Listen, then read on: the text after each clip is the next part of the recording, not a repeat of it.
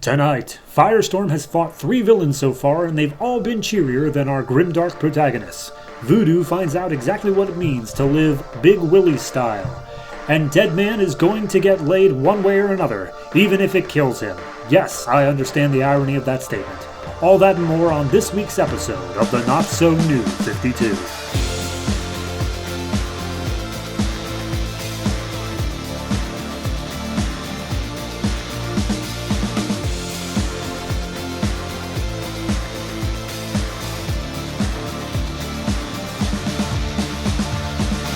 Hello everyone and welcome to episode 12 of the Not So New 52. I am your host, and for all the Americans out there, right now it's roundabout Thanksgiving time.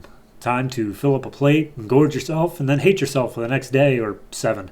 But also a time to be thankful for the good things you have in life. Let's all take a moment and think of something like that. I'll start. Dear Spirit of Thanksgiving, thank you so much for not putting Green Arrow and Legion of Superheroes anywhere near each other.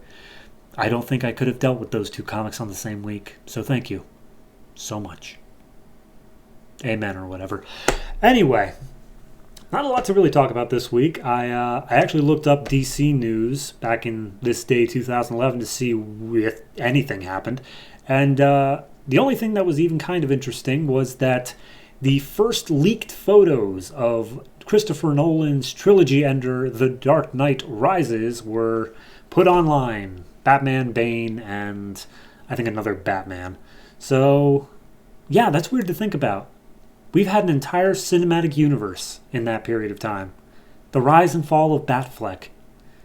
And also Jared Leto as the Joker. Enough thinking about that. I never want to think about that again. Let's talk about comic books. This week from DC Comics, November 23rd, 2011, we got the number 3 issues of Batman the Dark Knight, Superman, Green Lantern New Guardians, Aquaman, The Flash, The Fury of Firestorm, The Nuclear Men, The Savage Hawkman, All-Star Western, Blackhawks, Voodoo, Teen Titans, iVampire, and Justice League Dark. Additionally, we got the number 2 issue of The Shade, a spin-off of the Starman series that I still haven't read, researched, or know anything about. So look forward to my complete ineptitude on that series. But we're not starting with that, we're starting with Batman, so let's hit it off.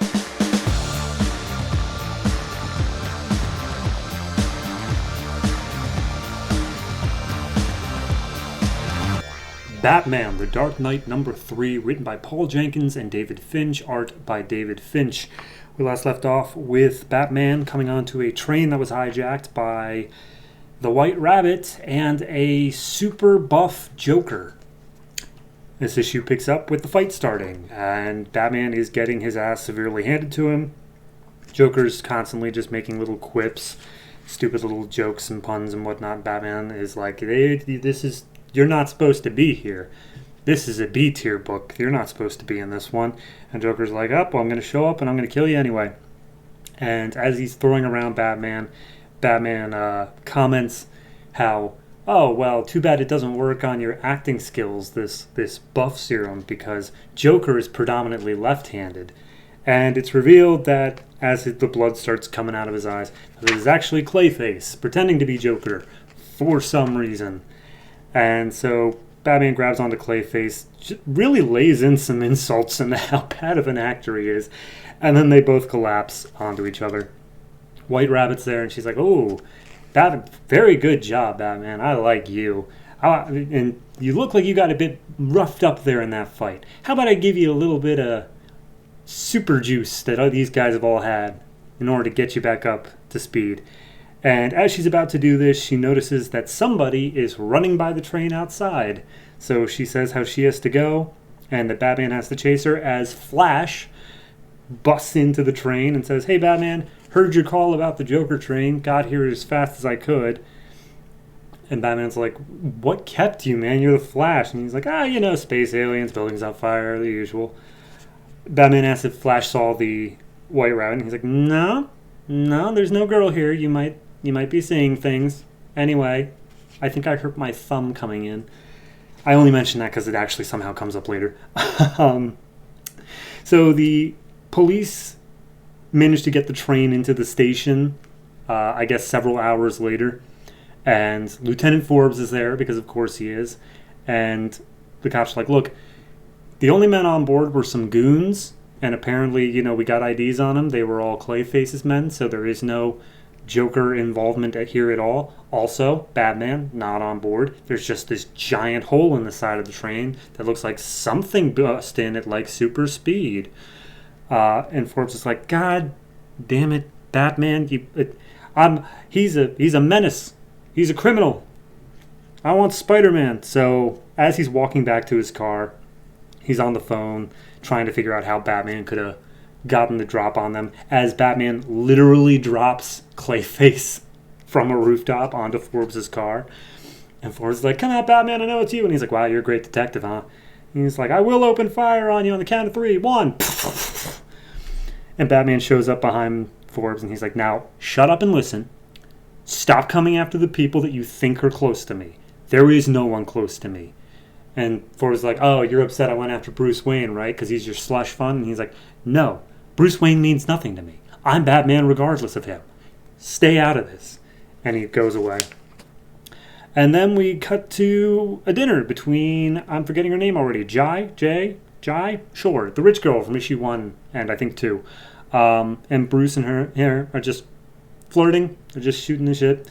And they're both trying to figure out something about the other one. Obviously, Bruce is trying to figure out if she is the White Rabbit because he has his suspicions, as is, obvious. It's a little bit less clear what Jai's going after. But when he brings up, like, hey, you're clearly trying to ask something. And she's like, oh, I'm just, trying to get to know you, trying to get that. And she says a line that echoes exactly what she said, what the White Rabbit said earlier in the issue. But as he is like putting 2 and 2 together, Alfred sends a text to Bruce saying how the White Rabbit was spotted just 4 minutes ago. So it cannot possibly be Jai. There's no possible way that it could ever be. Anyway, so in the Batcave, Bruce is still analyzing this toxin, which I swear to God we already dealt with last issue, but we just get a rehash of it again. It's like Scarecrow's fear toxin, but instead it takes away their fight or flight response and makes you fearless instead of fearful. Additionally, there's a tiny little thing, the thing that like makes a difference is that there's a poison inside it that comes from a super duper rare plant. So Batman deduces it's definitely Poison Ivy's involvement.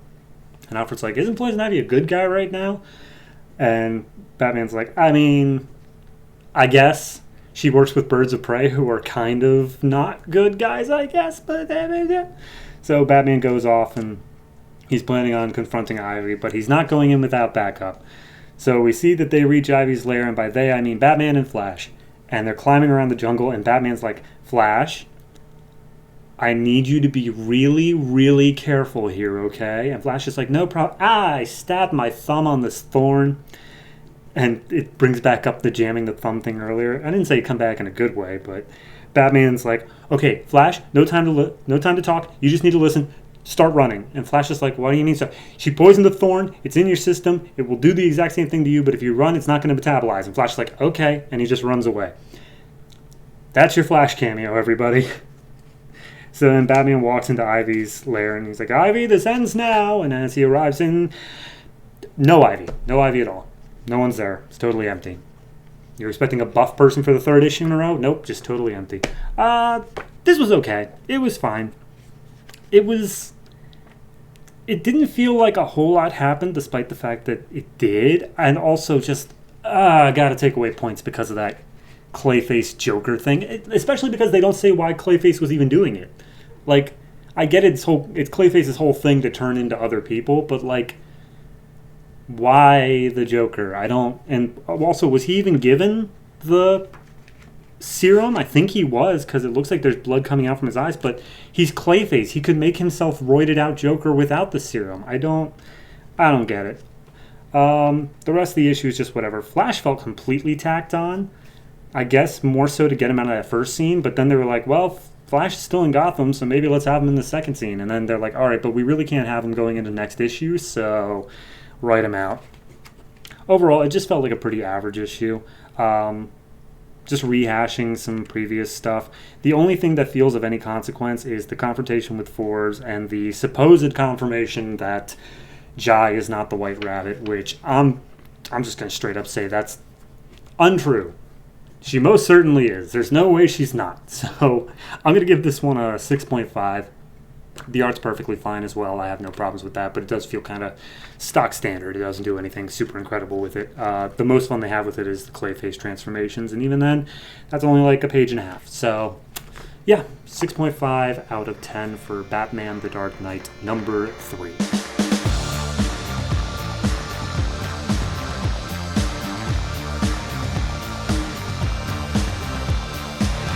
Superman number 3, written by George Perez, art by Nikola Scott. We left off last issue with Superman beating up some monster that was invisible to him, but nobody else, and then a homeless guy and a guy from the first issue meeting up and talking alien to each other. This issue is just as wordy as the other two, so I'm going to skip the particulars for the most part and just hit the beats. This opening bit is all just It's a Daily Planet section on Superman, where they're like, Superman showed up however many years ago, and he did all these things, and da-da-da. And what's strange is that, because it's, his history, it's literally showing the Action Comics things that are happening right now. Like, it's saying how he threatened the rich guy from issue 1 of Action Comics, and then how there was a Collector of Worlds, which was literally just revealed this month, but I love how they deal with the ending of it. They're like, well, reports of what happened remain contradictory, but Superman definitely saved us. And it's like, okay, all right, good job working that in. Then we show that he fought some giant robots from Professor Fleischer. A little callback there. Just Google it. Anyway, and then some guys flying on jetpacks, and then Titano, a giant ape. But then they start getting into the more modern stuff. They're like, well, this fire monster thing, Superman couldn't save everybody. People died in that fire. And that invisible monster thing, same deal. Superman couldn't save everyone. People keep dying, and it seems like they're coming after Superman. So is his presence really helping us at all? Tune in next time to Superman, Messiah, or Menace. It's this guy, now that the Daily Planet has been bought out by that larger company, he's basically trying to get through like a smear piece, like just one of those, like, is he really as good as he seems to be? But everyone in charge from the Daily Planet's like, yeah, we're not gonna run that. We're pretty pro Superman around here. One way or another, they start talking about how they need to talk to Clark, but Clark's been dodging all their calls. We actually see at the opening of the issue, just a brief little one-panel thing of Superman flying into a graveyard. He changes into Clark Kent outfit, and he goes to his mother and father's grave. So he's visiting them. Perry ends up calling Clark. He's still in the graveyard, and he's like, oh, Clark, geez, I didn't expect to actually get you. So I thought you would be with Heather on that report that you wanted to do so badly. And Clark's like, oh, yeah, Heather. Okay, I gotta go. And he hangs up on Perry, and Perry's like, God, why'd I have to say something?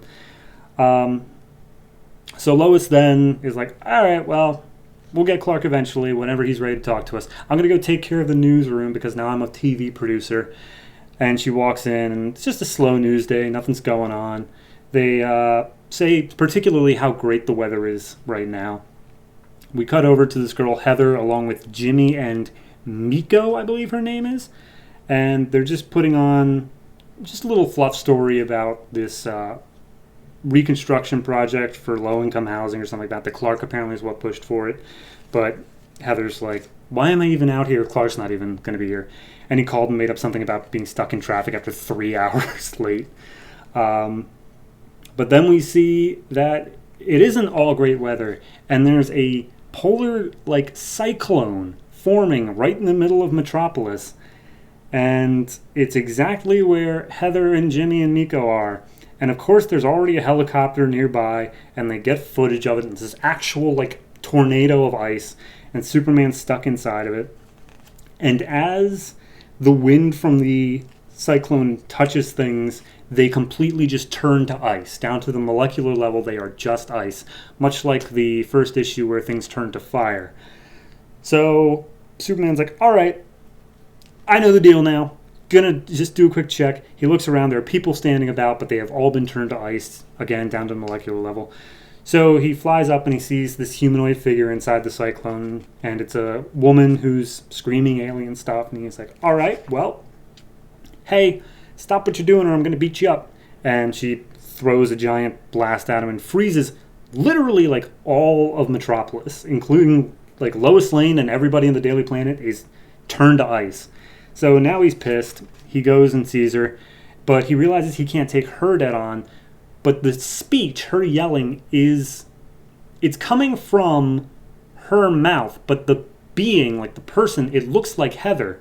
So he looks down at the bottom of the cyclone and he sees that Heather is actually like mouthing the words. So she's clearly the base of whatever this is. So he goes down and he's like, all right, well, this is pretty much my only option to save everybody in Metropolis. And he uses his heat vision down at Heather, hoping to not kill her. And as he's like, I can't do this, I can't kill Heather, that's too far for even me. Doesn't matter, she explodes and everything clears up. Everything that was ice turns back to normal.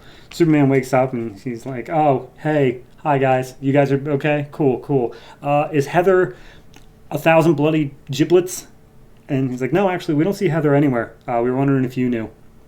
So then we cut to Heather, and Heather has the same glowing eyes as the two other people that were infected with the aliens, and now we see that they're all meeting up and they alien gibberish, but you can see the words Superman and Clark Kent, and that is where we leave off. This really just feels like the same stuff over and over again, and I know it's a thing of it's supposed to be like a pattern, like we're going into, okay, so Superman's finally starting to piece together that like the invisible monster and the fire thing and the ice thing, and he's starting to learn a bit about them, but at the same point I'm like, he should already have that. Like, we should already be a little bit more proactive here. I don't know. Maybe that's just what I'm expecting of it, but it just feels like he's just constantly waiting for more things to attack, and he's not actually doing anything about it. I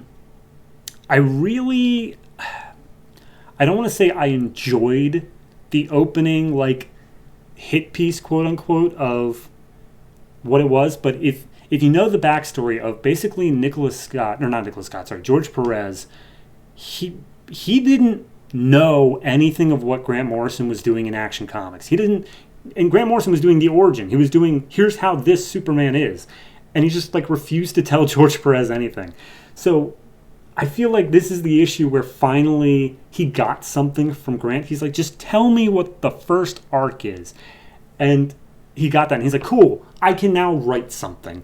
So I feel like this is the first point where he's able to actually make some forward progress. But it's frustrating because it doesn't feel like it's moving anywhere. I'm going to give this one a 6. Primarily, it still just comes down to the fact of everyone talks so much. There's like 8 speech bubbles per panel. It is ridiculous. So yeah, no, just tone that down. There's one. I found one panel that does not have a speech bubble. That's incredible. So restrained. So no, 6 for Superman. Just, I don't need to hear. Everyone is explaining everything. I don't need to hear that. God, just let the art do something.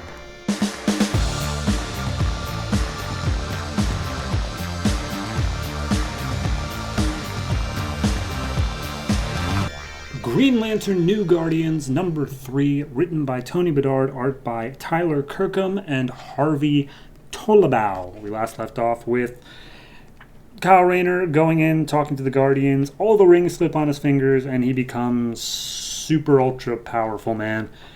This issue picks up pretty much exactly the same place. Kyle is overcome with emotion, I guess you could say. He is super powered. The Guardians are all standing there pretty freaked out over the fact that this can happen, and rightly so, as Kyle just unleashes his power upon them, saying how like, oh, you guys took away Ganthet's emotions, you suck, you don't deserve to be Guardians anymore. So he's just flaunting his newfound power as he just literally backhands these Guardians, but the power overcomes him and he starts getting weak, and we see him just starting to crumble a little bit. We see Saint Walker, 300 miles over the planet, standing there like, come on, Rayner, just give me a sign that you're good, as a Indigo Tribe portal opens up and the other 4 lanterns who are looking for Kyle come through, and they start beating up St. Walker, saying, like, tell us where Kyle is. And St. Walker's like, I'll tell you. Jeez, he's down on the planet. He didn't steal your rings. He's trying to figure out how to get rid of them. That's what he went to the Guardians for. And Bleeze, the Red Lantern, immediately was just like, all right, rings down there. Vroom, it flies down. The Star Sapphire Fatality is like, hey, guys, she can't think. She's on her own. But us, we're not going to be able to fight the Guardians one-on-one. So let's form up as a team. Let's all go in behind Bleeze and let's, like, bum rush them. And basically, they're like, no, I'm not going to work with that. There's no time. You in or not? And we see down on the planet, Bleeze is already making her way in, so they have to decide now. We cut back to Kyle. All the rings are starting to fail him, and they just disengage off of him. The only rings left on his fingers are the green ring and the orange ring. And I think it's Ganthet, but it might just be one of the other ones. He steps up and he's like, Raynor, you done screwed up now. We're going to take your ring back and strip you of your title. You're no longer a Green Lantern. He goes to pull the ring off his finger, but it just, like, zaps him. And he's like, gee, okay. Fine, I guess you are a Lantern. And Kyle makes the point of, guess you're not the boss of me after all. And then Salak, one of the Lanterns in charge of, like, logistics, he comes in and he just punches Raynor in the face. And he's like, sorry, Guardians, but I really want to do that. He keeps on ignoring orders. Pisses me off. So then they're like, all right, how did he retain his green ring? And they're like, didn't you make the green ring, Ganthet? Shouldn't you be able to take it off? And they're like, well, something inside him has changed with all of that power, that blah, blah, blah. Anyway, he still has the orange ring, but you got to be careful because the orange ring is literally the only one in the core, so it holds the entire power of the core inside of it. But as it turns out, it's not the orange ring. It is an orange ring construct, and it changes into a being named Glomulus, who goes around and he starts wreaking havoc on the Guardians. And he tells Raynor, he's like, hey, wake up, Raynor, I need your help. And they're like, oh, Glomulus, you're just a construct of Agent Orange, your master. Sure, you have your own thoughts, as is apparently a thing that the Orange Rings are able to do, but why would Larfleeze help out, like, give anything, including even just a construct, to Raynor? And he's like, exactly, this isn't making any sense. Can you guys please get your heads out of your asses? And he's like, but he may be profiting from this. That's the only way he'd do it. Time to dissect Glomulus. And as they're about to go after the pair of them, the rest of the Lanterns burst into the room where the Guardians are hanging out, and Glomulus is just like, yeah, the cavalry. And everyone's like, and Raynor's like, are you here to beat me up some more? Because really, I can't take it. But they start beating up all the Lanterns, or at least they try to, but in reality, the Lanterns are, like, decimated by these Guardians. They just reach in and they're like, you got no effect on us because we feel nothing. One heartbreaking moment here is St. Walker goes up to Ganthet, not knowing that he's stripped of his emotions. And he's like, Ganthet, you made the Blue Lantern Corps. Allow me to assist you in whatever way you... And Ganthet just blasts him. And he's like, you were a mistake and I never loved you. Pretty much, at least. So, more fighting. Everyone's taken out by the Guardians, except for Bleeze, who, for whatever reason, they just trapped inside a bubble. And Glomulus, who's like, I'm not afraid. I'll take you all down. And the Guardians just stand there ominously and be like, you will kneel to us. We are the Guardians of the Universe. You are ours. And then another orange construct bursts in through the roof and grabs Ganthet by the neck. And we see it's Larfleeze and his entire core of constructs that are like, oh, nope, I own all of you. Haha, Larfleeze is the big reveal. I really like this issue. I really do. It managed to accomplish so much in just such a brief little period here of, we got Kyle, he got the rings. It didn't feel like ridiculously short that he had this power. It didn't feel like it was just for the sake of ending on a thing. And it then rolled into, now he's like exhausted and it had consequences. It wasn't just a quick little thing. we see more about how now his ring's not able to get pulled off. At least for me, coming in on the new 52, this is an entire breakdown of what the entire Orange Lantern Corps is. I'm aware of Larfleeze. I knew him, but I didn't know that his constructs had their own personalities, their own sentience. I didn't know he could fake an orange ring. So this is a good intro to that, and I think it did a very good job pretty much with all of it, and really making a villain out of the Guardians of the Universe. So, no, all in all, I'm going to give this one a 7.5. Very well done. I am more looking forward to this with every issue that passes. I'm not entirely sure where we're going yet. I'd imagine that it has, now that we've kind of cleared up the ring thing, not in why he got all the rings, but at least they're not, like, flying around him anymore. I'd imagine that now it's just going to be the mystery of, like, who caused this to begin with. And I'm looking forward to that. I'm looking forward to see how it wraps up. So 7.5 for me.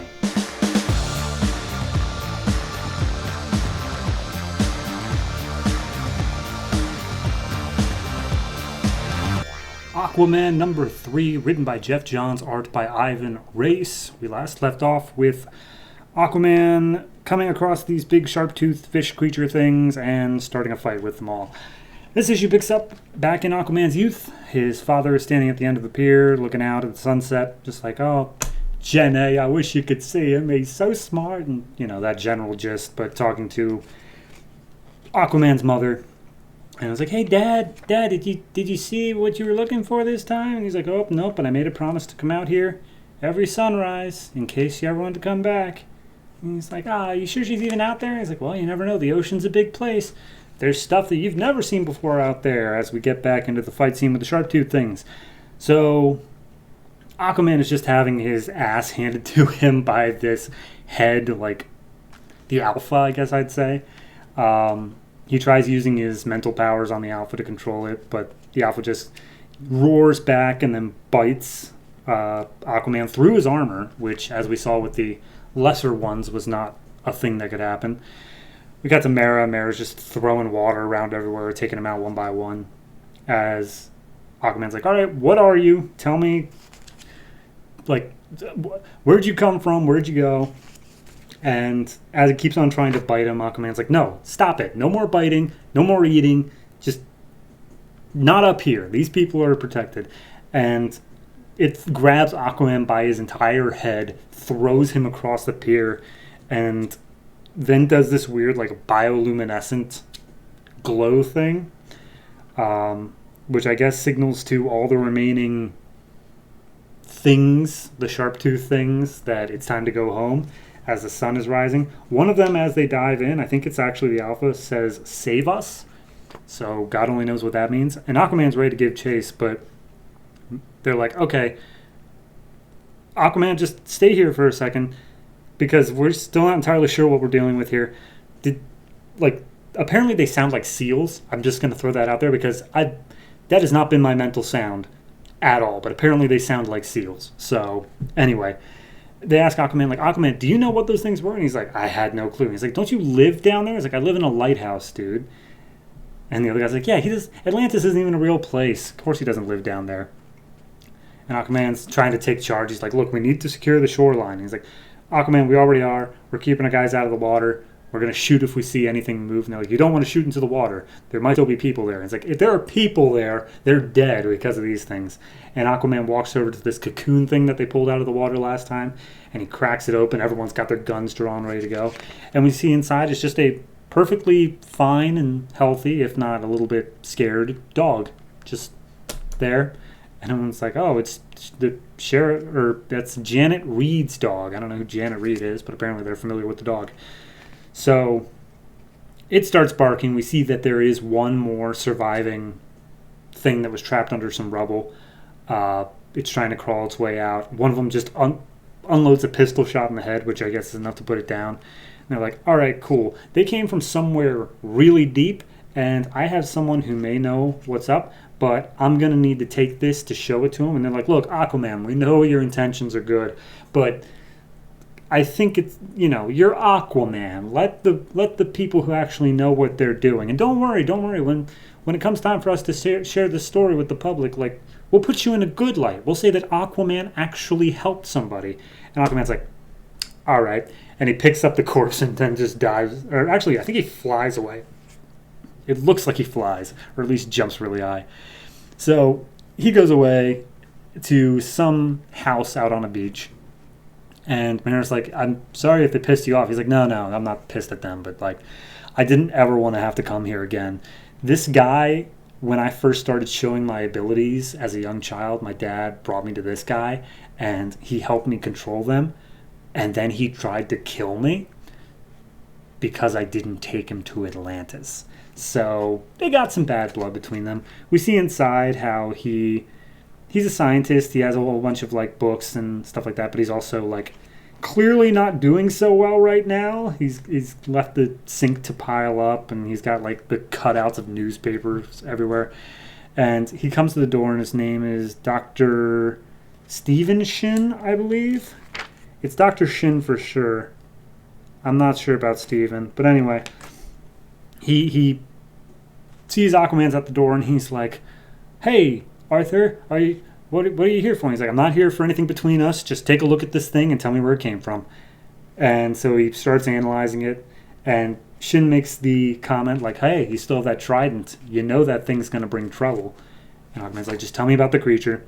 And he does some analysis, which is actually very in-depth, and I found it extremely interesting. But basically it comes down to, like, because they have bioluminescence and because they're carnivorous, he makes the deduction of, like, how much of its own body weight it has to feed on per day based off of its saliva having a slight paralytic to it, and based off the gills having certain traces of minerals encrusted on it. You can say that it's a deep vent, like lives around the deep vents in the ocean.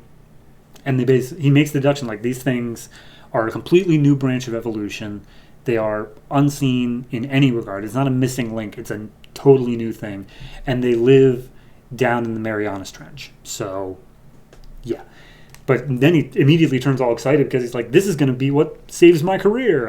I can show this off, and they'll finally take me seriously. This will get my credibility back. And Aquaman's like, sorry, you can't keep this thing. He's like, wait, hold on. No, you can't just take that. And he's like, bye, Shin. And Shin's all pissed off, and he's begging to just know where Atlantis is as Arthur dives into the sea.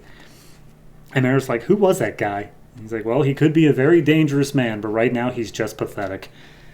So Aquaman and Mara dive down into the sea, deep into the trench, and they're like, well, I don't know why they strayed from their normal resting place of the trench.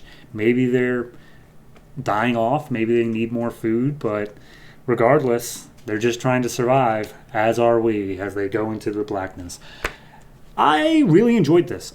Like I said, there's no real part of this that I disliked. The Shin stuff was very interesting. I liked the fight scene at the beginning. It didn't feel like it was ever just, and then they punched some more. It felt like everything was for a purpose, and it definitely didn't feel like Aquaman at any point had the upper hand. I'm starting to get a little bit over the everyone treats Aquaman like a joke thing, especially in this situation where he was like, sure, he didn't actually take out the threat, but he was still the only one that was defending you guys, especially Mara. But like, whatever. I guess they have to ride that joke at least for the arc, and I'm willing to accept that. Overall, I'll give this one a 7.5. Art, fantastic. The only thing that's really keeping it from anything higher is the fact that it doesn't feel that big, Like, they set up a couple things like, the trident, he may come for it. Okay, fine, but it doesn't feel like anything in this particular arc is going to be that incredible now. It's literally just the threat left and we have to be proactive. Where do we go? And that's basically what the issue is summed up. So yeah, 7.5, which is still extremely good, but it would have been higher if it was just felt more big instead of all right, well, we're just going to keep going to where the story is. So yeah, I did like it though.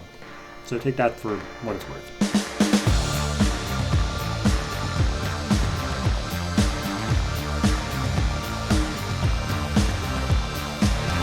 The Flash, number 3, written by Francis Manapul and Brian Buccellato, art by Francis Manapul. We last left off with an EMP going off in the skies above Central City, and specifically over this bridge where it just knocks out everything in both cities. I guess it was Keystone, I think, and Central City. Either way, everything immediately starts going wrong as Barry, as he's running across this bridge, sees that a plane is coming down out of the sky and he has to do something about it.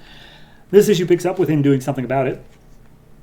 He goes over like, I didn't actually know my powers. Like, I just had to figure them out just through accidents most of the time. I stumbled across what I could do. And the one time I drank coffee in my entire life in order to stay up late for an all-nighter, I accidentally vibrated myself through the floor of my crime lab, so I can phase through objects. And that's his plan. He runs up, he gets a running jump up onto the plane, he phases through it, he grabs a hold of the plane and starts vibrating it so that it can phase through the entirety of this bridge without hitting anybody. And he succeeds, he does it. So it crashes down into the water, everyone's safe, and he just kind of passes out because that took a lot of energy.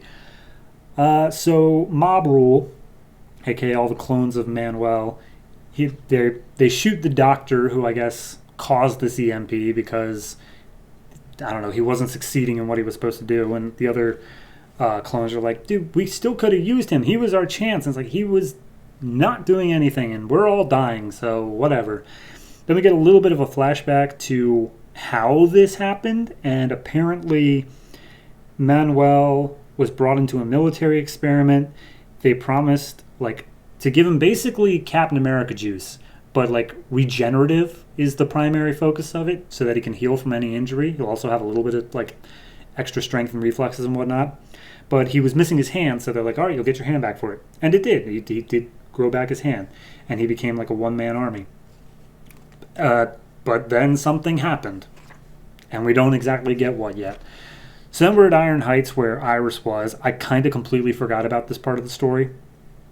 And Iris is standing right next to, I believe it's, why am I blanking on his name? Captain Cold.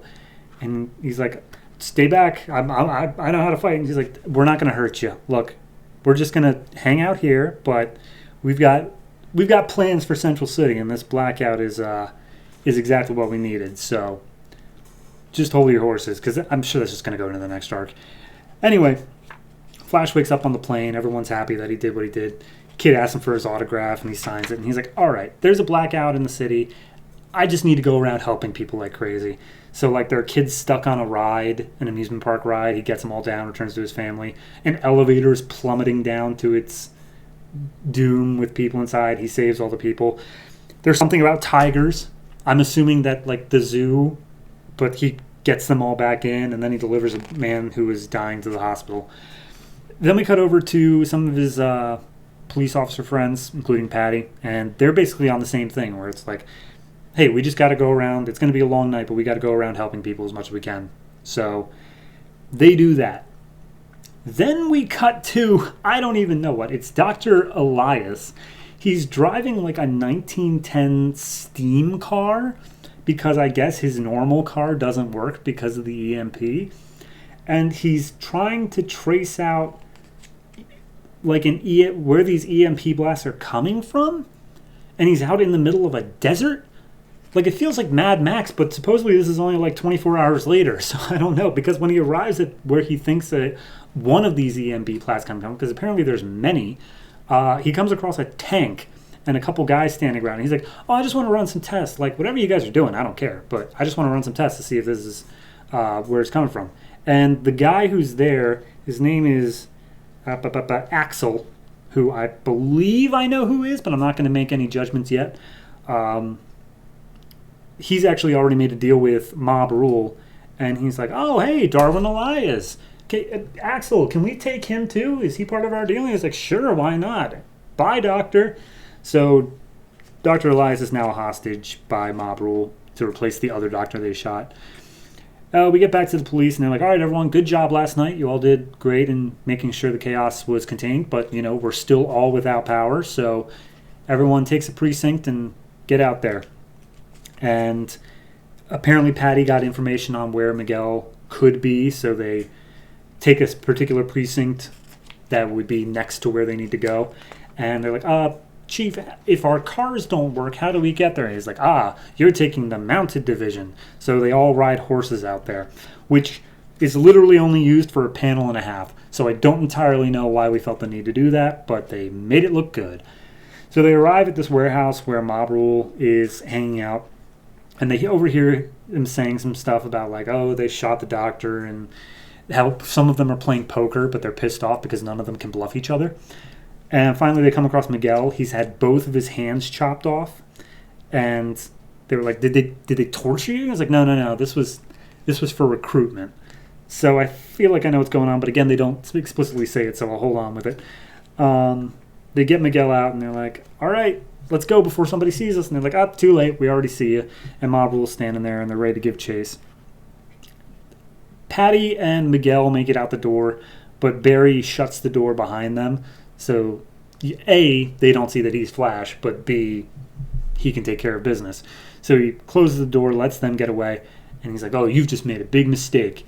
And he starts doing his Speed Force thinking thing, and he thinks through all the possibilities so that he can take them out as efficiently as possible. And Patty screams, he's like, oh no, Barry, open the door. And Manuel's trying to just drag him away. And then one of Mob Rule just shoots, and Barry's like, okay, the bullet's coming, I've got to think I'd do this, that, the other thing. And then he overthinks, and he just gets shot. And he's just laying on the ground, blood coming out of his head, and he's like, okay, I guess we just shot Barry Allen. Anyway, that's the end of the issue. So, yeah, Barry, he overthought it. He stayed in his head for too long, and now he's shot in the head. And I'm sure the rest of this book means that he's totally going to stay dead. So, I did enjoy this issue. I thought it was very good. I thought it's good, no pun intended. It went by fast. Not in me reading it, that felt pretty average, but just in the fact of once we hit that like Dr. Elias driving through the desert thing, it honestly felt to me like a year had passed and we didn't get power back. I don't know. And then we cut to the next page and it's like, oh no, that was actually only a night. And I'm like, that's a lot to happen over the course of one night. I guess, but still. It does do a good amount of forwarding a bunch of stuff, and I did like the opening sequence. The opening sequence was fantastic. So I'm going to give this one a 7. The art, as always, fantastic. I have nothing bad to say about Francis Manapul. Obviously, the end is just clearly he's not actually shot in the head. How they get out of it, I don't know, but clearly he's not. But yeah, no, it's fine. It's a solid read, just as same as it's always been, and I'm looking forward to more coming out next month.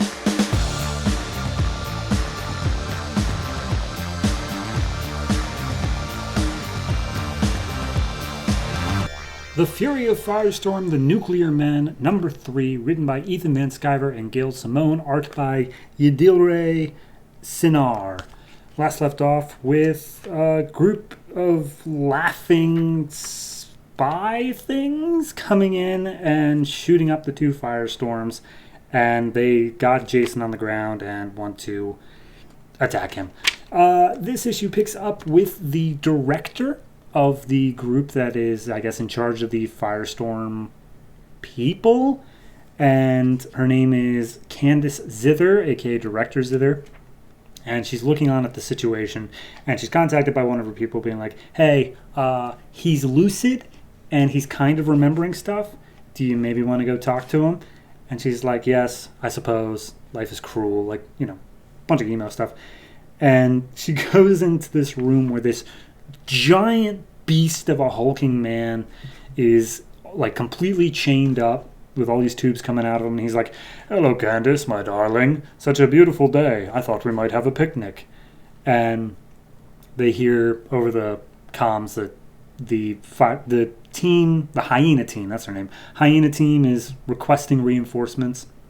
And they're like, alright, well, hey honey, apparently his name is Helix, aka Roger.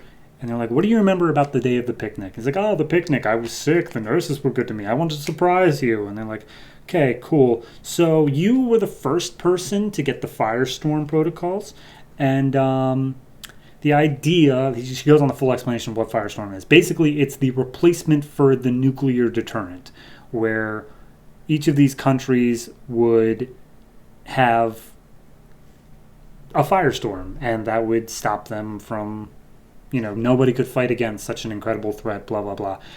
But anyway, Roger was turned into Firestorm, or some version of it. His name is Helix, and she just unloads images of, like, here were these nurses that helped you when you were sick. Here's this picnic that you wanted us to go to. And it's just pictures of destruction and death. And they said how he basically lost control with their son and infant daughter in the back seat. She was his wife. And she slightly undresses and shows, she takes off this half, like, Phantom of the Opera mask she's wearing, and shows how Roger had completely just messed her up. It's in shadow for us, but it ain't good. So she reveals, look, you've been here for 3 years, locked in this room. Do you understand all that? And he's like, yes. I was thinking of taking you out on a picnic. And she's like, okay, look, Roger, you have to go take care of some terrorists. They are out there. Go deal with it. And he's like, yes, I have a mission. All right. And then we'll go on that picnic. So he transforms into Helix, but we cut back to the Firestorms and the Hyena team, and Ronnie's standing there, flying over top of them, and it's just like, I really don't like Jason, but I also can't let him get shot, so I guess I gotta do the thing that they're asking me to do. And Jason's like, dude, they're gonna shoot me anyway, take them out, like, go for the shot. And he's like, no, okay, I'll give you whatever you want. And then the Hyena team reveals that Professor Stein was apparently a traitor to the country. Like, he was supposed to make this stuff for American superiority, but because he wasn't getting paid enough in his eyes, he sold out to, North Korea, Iran, and to Libya. So, yeah, he did that. And then it's like, well, okay, but then why would he choose me, Jason screams. Why would he let me be Firestorm? He's like, I don't know, charity case, affirmative action. And Ronnie's like, wow, you really are just an asshole, aren't you? And they are about to get into a fight when Tanya, their girl pal who's around, steps out from behind a tree with a gun in her hand. She's like, stop, put your hands up. You guys aren't with the government. I'll shoot you. And Jason's like, oh, dear God, what is she doing? Tanya, get out of here. And the one guy's like, okay, yeah, sure, little girl. And he shoots Tanya. Jason, understandably pissed, turns one of their outfits into a giant snake, makes the ground reach up after one of them and, like, crushes him, and wraps the other one in barbed wire from head to toe. And as the last one is unloading shots on him, he's like, I could literally destroy you atom by atom, and I'm going to. And Ronnie comes up and he's like, Jason, this isn't you, man. We gotta go. Look, Tanya's still alive. And it's like, okay, yeah, sure, Tanya's still alive. But, she is, and they need to get her to a hospital. And as they're saying this, Helix shows up in this giant burning outfit. And he's like, hello, everyone. I am Helix, America's defender. And you two, at least we see what's through his eyes, they look like demonic Nazis. They even got the swastikas and everything. So then he just goes on a full patriotic thing. He's like, God bless the USA, as he crushes one of them beneath his foot. A hero's welcome is a soldier's homecoming. These colors don't run. As he's just destroying them. And they're like, okay, we got to get that big guy back from the end of the first issue, so we got to do that now. And he's like, well, we only did that when we were pissed off and fighting at each other, and I'm not pissed off at you right now. You just offered me a comforting hand. And Ronnie's like, okay, I've seen Tanya naked, right? And Jason's like, what? And then they make Fury. So they're fighting against the Helix, but they're only barely managing to hold their own. And they're just like, we need to figure out how to control Fury. Do you have any idea how to do it? And Jason's like, nope, no clue, but we'll just figure it out. So he shouts out into the void as they're getting their asses handed to them, and he makes contact. He's able to control Fury for a second, and he starts just fighting against Helix. He gets some, like, weird energy ropes wrapped around Helix's neck and just cuts the guy's head off. And as the guy's dying, he's like, I just wanted a picnic. And he gets his head cut off. And they separate out, and Firestorm's like, did we win? And he's like, I don't think so. I think this was kind of a loss all around. And that's where it basically leaves off. The last page is at a health clinic where the mercenaries from the first issue, the one that like had the blue hand and everything, is being held up, and they've basically overtaken this whole hospital to make sure she gets care. And Zither, now upset that her husband is dead, is like, no matter what happens, you get these guys. I want you to go and find their parents and make them talk. And he's like, oh, it would be my pleasure. As we see the mercenary standing over the body of his girlfriend, I guess. I don't know. I liked this one. I really did. It had some good humor to it. It had some good beats. Helix, I wish they wouldn't have killed him off so quick. He is such like an interesting character of just this hulking behemoth, but he's so patriotic and he's so just not with it either. You could have done a lot with him. I'm hoping he comes back in some way. I doubt it because his head is pretty clean off, but hey, anything's possible with Firestorm, I suppose. I'm going to go ahead and give this one a 6.5. The art's good. The writing, I think, was solid. The only thing I would have cut is basically the whole like hyena gang just being the worst, but I guess that does work in giving Jason a reason to nearly lose himself to killing them. But honestly, this issue shines when it comes to the Helix stuff. I just wish it was more of it. So yeah, no, Firestorm, 6.5. Surprisingly getting better with passing issues, so we'll see how that continues on.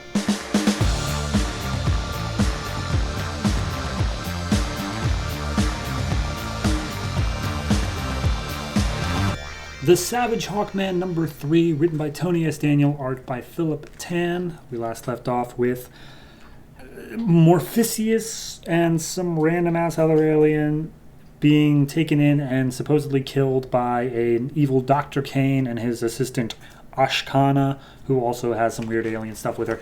There's a lot going on. So this issue picks up with Hawkman, a.k.a. Carter Hall. He is breaking into the scene of the crime where the original breakout of Morpheus was, and he finds the ship with some alien symbols on it, and he's like, oh, they feel alive, they're reaching out to me, the nth metal, it reacts, and oh, all of a sudden everything lights up, and it triggers something as he transforms into Hawkman, and it's a hologram, it is a message, and the message basically like, hey, this ship holds Morpheus, he's literally like the worst, and he has since been released. If like you're seeing this, he's been released from his containment tomb. So he's a danger. He leaves devastation. He does have a weakness, though. And the weakness is, and of course in that exact moment, it starts getting all scratchy and critchy, and then the ship starts self-destructing. And Hawkman flies away from the explosion. So then we cut over to Morpheus, and he's like, oh, what's that? I'm still alive? I thought that I was going to be killed by that scientist. And the scientists are like, oh, yeah, no, we're still going to do that. But turns out you have some really great regenerative properties that are going to come in real handy for the stuff I'm working on. And Morpheus is like, I am a plague that spreads. My power never ends. I will break free and swallow you whole. He's like, yeah, okay, cool. Anyway, here we go.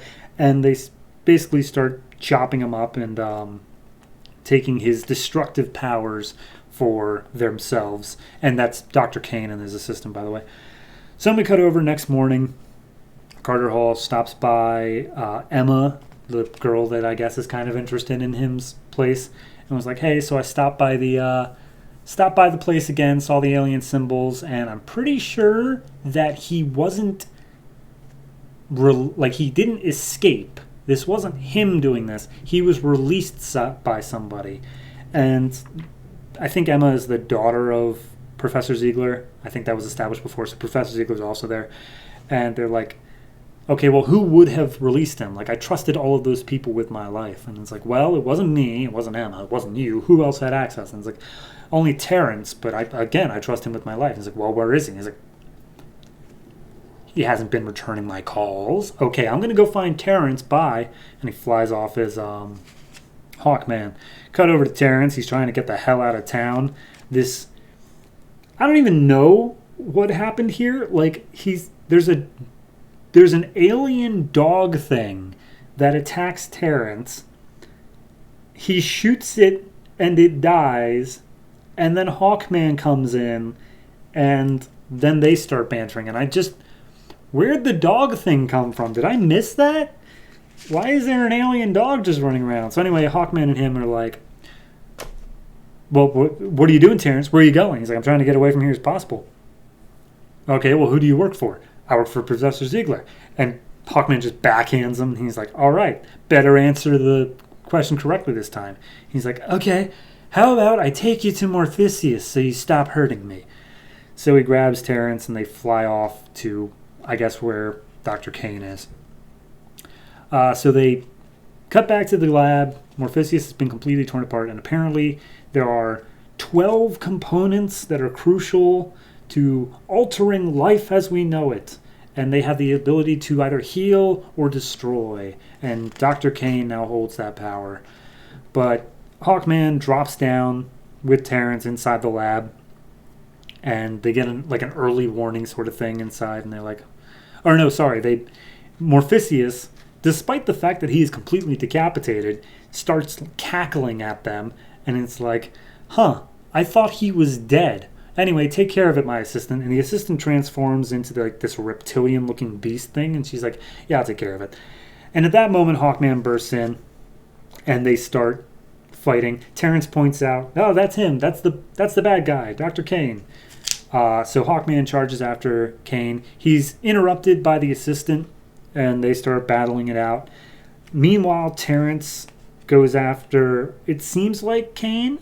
But he starts transforming as well into this dark, horrible looking like Resident Evil style monster. And as Hawkman's just laying into the assistant as much as possible, he's like, where's Morpheus? He's like, well, he probably escaped because of your dumb ass. He's like, what do you mean? It's like, that dude that you brought in here, he's not just a dude, he's part of Morpheus's plague, and he's come to free him. And he's like, oh, crap.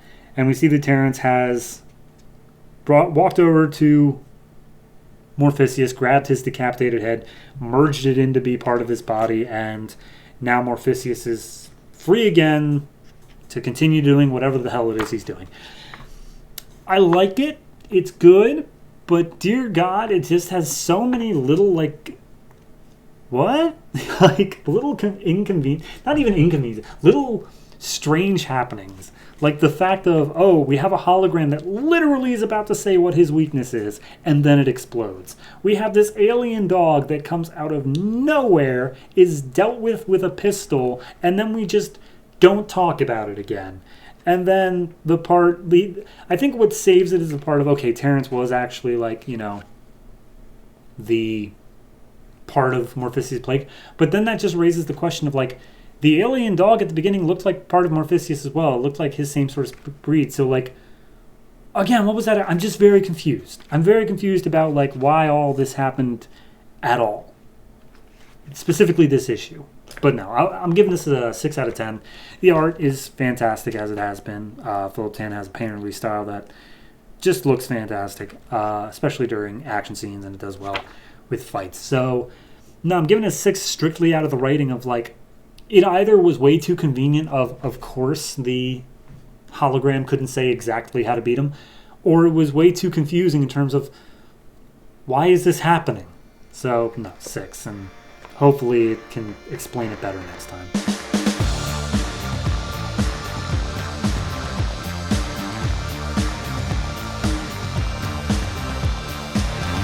All-Star Western number 3, written by Jimmy Palmiotti and Justin Gray, art by Moritat. We last left off with Jonah Hex and Amadeus Arkham coming to the rescue of some police detective officer guy who was in the hands of the Butcher for the crime cult Bible, whatever, the crime Bible religion, I think it was.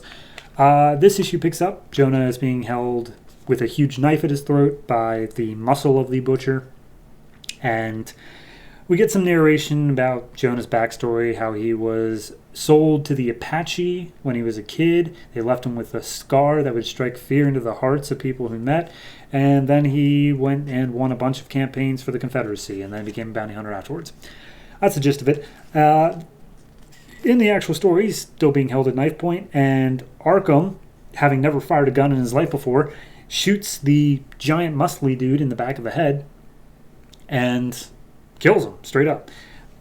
Hex manages to get away, And he's like, Butcher, you will set us free and surrender immediately. And he's like, what if I don't? And then Hex gets up and he's like, Arkham, shoot him.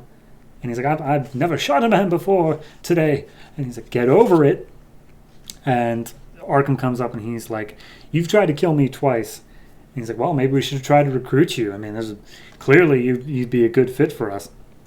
And Arkham just knocks him in the stomach, and the guy starts going on about his stuff. He's like, oh, the religion of crime has already taken over Gotham. One day, his exact words here are, one will come with a smile and fists like unto stone, who strips flesh from bone, and who leadeth them of his kind that also serve Cain. Gotham will bow before him. Who's he talking about? I'm not entirely sure. With the smile, I think maybe Joker, but then the rest doesn't make any sense, so I don't know. But either way, Jonah just punches him out, and they swear that they're going to use him and the police guy they just saved in order to basically expose the religion of crime and make it so that they won't have any standing anymore. And then we flip the page, and they did exactly that. How it's the Gotham Gazette is saying, police have busted this criminal cartel, and blah, blah, blah. And they're all just sitting down outside a cafe and talking about it. And it's like, well, you know, Hex, we could use a man like you on the police force. And he's like, I'm not joining the police force. Screw that. But he is talking about possibly staying around in order to capture more men, or at least they're offering that up to him. Because, you know, there are still people who follow the crime Bible inside of Gotham. And they tell Arkham, is like, and you can make your mental hospital if you want, or you can use part of the new Blackgate prison. He's like, actually, I have a better place in mind. Hint, hint to a certain asylum. Meanwhile, a carriage pulls up next to them. Hex notices it, and it opens up its side wagon to reveal a minigun, which completely blows away the two men. The one that police officer that they saved, and also this other guy that I didn't quite recognize. Hex manages to tackle Arkham to the ground and save his life. Carriage starts driving away. Hex gives chase, grabs on the back of it, shoots the guys inside, and pulls the wagon to a halt. And he's like, all right, well, I think it's pretty much time I hit the old dusty trail. And he takes the horse off the wagon. They're like, what are you doing, Arkham? And he's like, or what are you doing, Hex? And he's like, I'm going to sell this horse. I'm going to get supplies, and then I'm going to leave. And he's like, oh, well, what about the crime Bible? And he's like, that doesn't pay. Like, they're bad people, but I need some money. So, and apparently he's looking for someone called the Trap family that have bounties on their head, and they're not from around these parts, but they're coming to Gotham because it attracts flies like manure. And basically, Hex just gives Arkham the hard push of just like, dude, you are way too clingy and way too up my ass. Get out of here. We ain't friends. We're not buddies. Our business is done. Go. And Arkham sadly walks out, but then he turns back around. He's like, hey, I saved your life back there. You owe me something at least, and at least some respect. And Hex is like, hey, you hang around with me, you're going to end up dead. That's just how it always goes. I'm trying to do you a favor. Get out of here. And he tries bartering this horse to get some supplies, but he's having no luck because I guess they just don't barter anymore. And he walks out upset and unsure of where to go from there. We cut to what I assume is the Trap family, but they don't actually say so. But they're reading the newspaper saying that Hex is in town, and they show how they've kidnapped these 3 women. And they're arguing like, oh, maybe we should get out of town before Hex shows up. It's like, oh, but it's raining outside. I don't want to leave in the middle of the rain. And one of the women gets up and just tries to make her way out the door. She bolts as fast as she can. And one of them just shoots her in the head and just says, oh, well, that's one gone. So that one was yours because you shot her.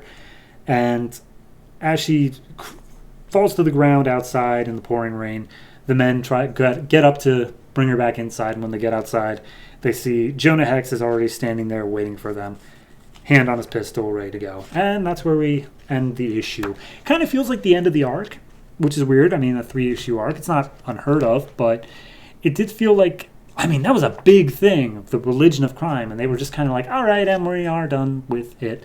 And I'm not sure where we're going to go from here. It kind of just based off of how it's feeling that he's going to stick around in Gotham, but it also feels like he did send Arkham away. So maybe we're just not going to deal with Arkham, which is kind of weird because he was more of our POV character in the first 2 issues than Hex was. I don't know where it's going to go from here, but as this issue on its own, I'm going to go ahead and give it a 6.5. It doesn't really do much of anything.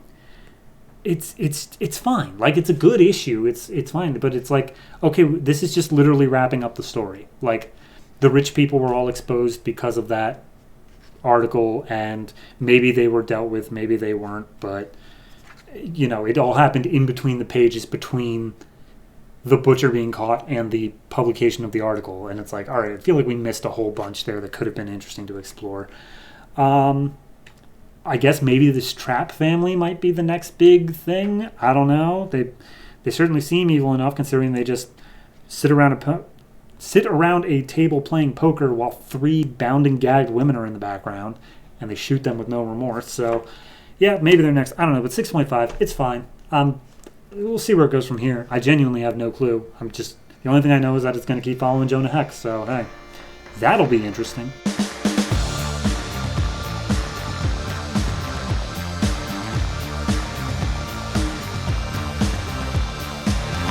Blackhawks, number 3, written by Mike Costa, art by Graham Nolan. We last left off with Canada and Wildman being taken hostage to some robot city thing. Kanoichi was found out to have nanobots, like everyone knows about it, so she's on quarantine, and Titus, the samurai thing, is still being interrogated. This issue picks up in the UN.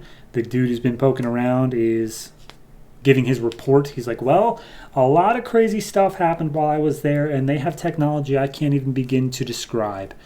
And his superior's like, are you saying that we should be investigating them because they're not doing their job properly or possibly committing fraud? And he's like, no.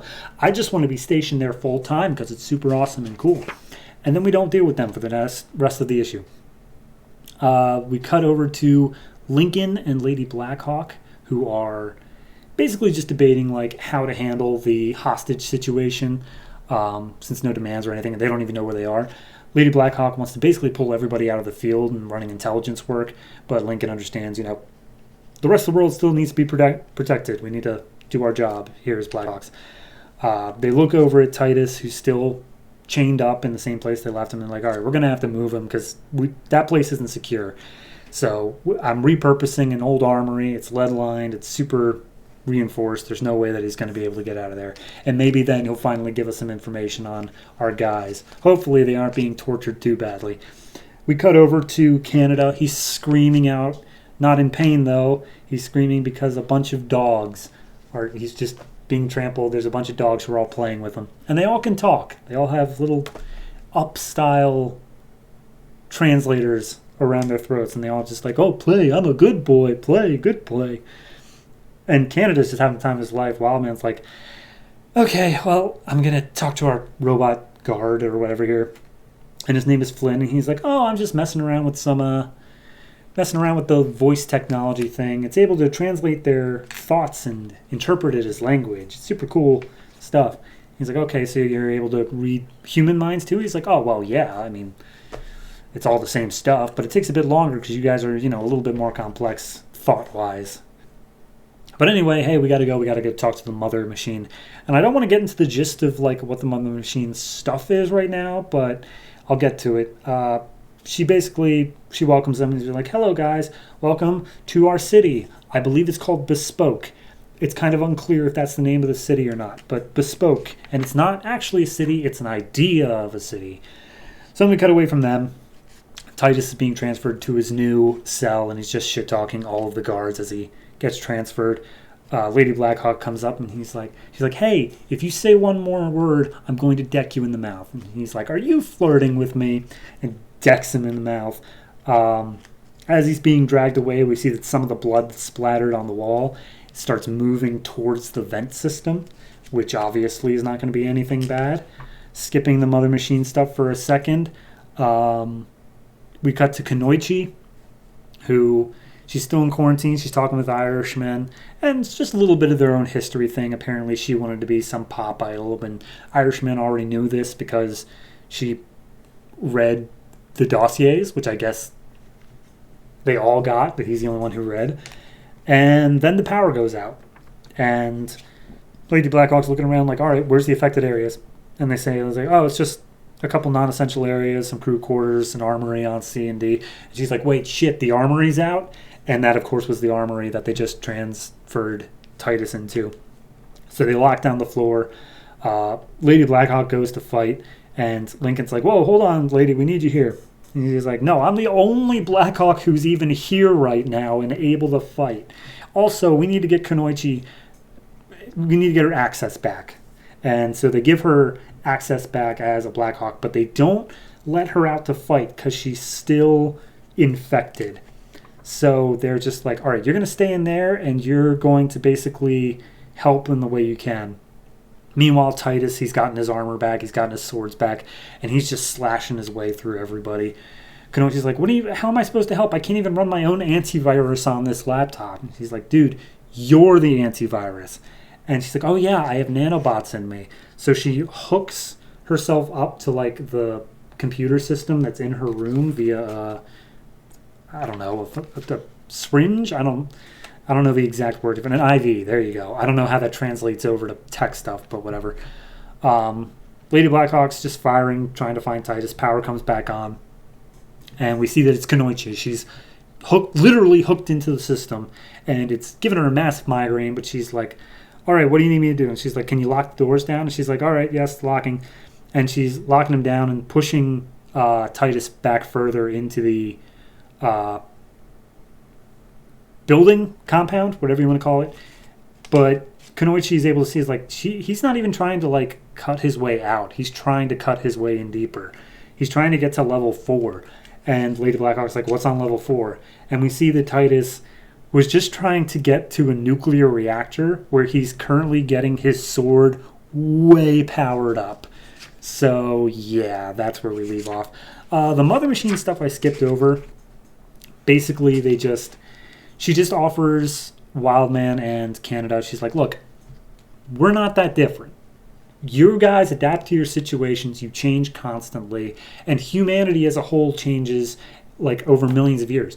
We just do it instantaneously and as efficiently as possible. This is a utopia. It literally is everything you could hope for. And we're offering you a place here with us.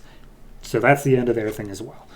So yeah, all in all, it's a very decent issue. It's very much like it gets a lot done in a short period of time. It introduces, like, it's a full philosophical debate that I just didn't really want to get into, but it's them just saying like, oh, and you kill people. It's like, no, but we don't. We just, the nanobots and stuff like that. They've all got their own stuff going on.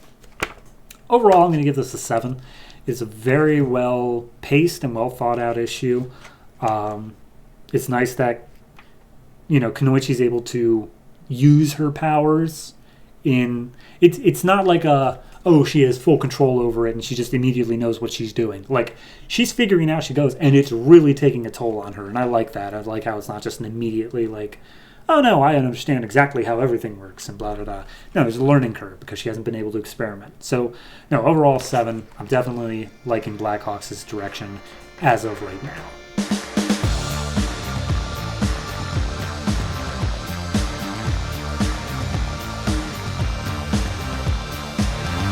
Voodoo number 3, written by Ron Marz, art by Sami Basri. We last left off, Voodoo had escaped from the federal agents who were looking for her and was sitting at a diner, and we get a tease of Kyle Rayner, Green Lantern, showing up. This issue picks up with Voodoo hitchhiking, trying to get across country. Finally, a trucker stops for her, and she makes the comment of like, yeah, because of the way I look and because of how human males seem to always think below the waist, I'm pretty much able to get away with whatever. So she hops into the cab and she's like, hi, I need to get to Alabama. And he's like, well, we're headed in the right direction. Name's Bill, but everybody calls me Big Willie.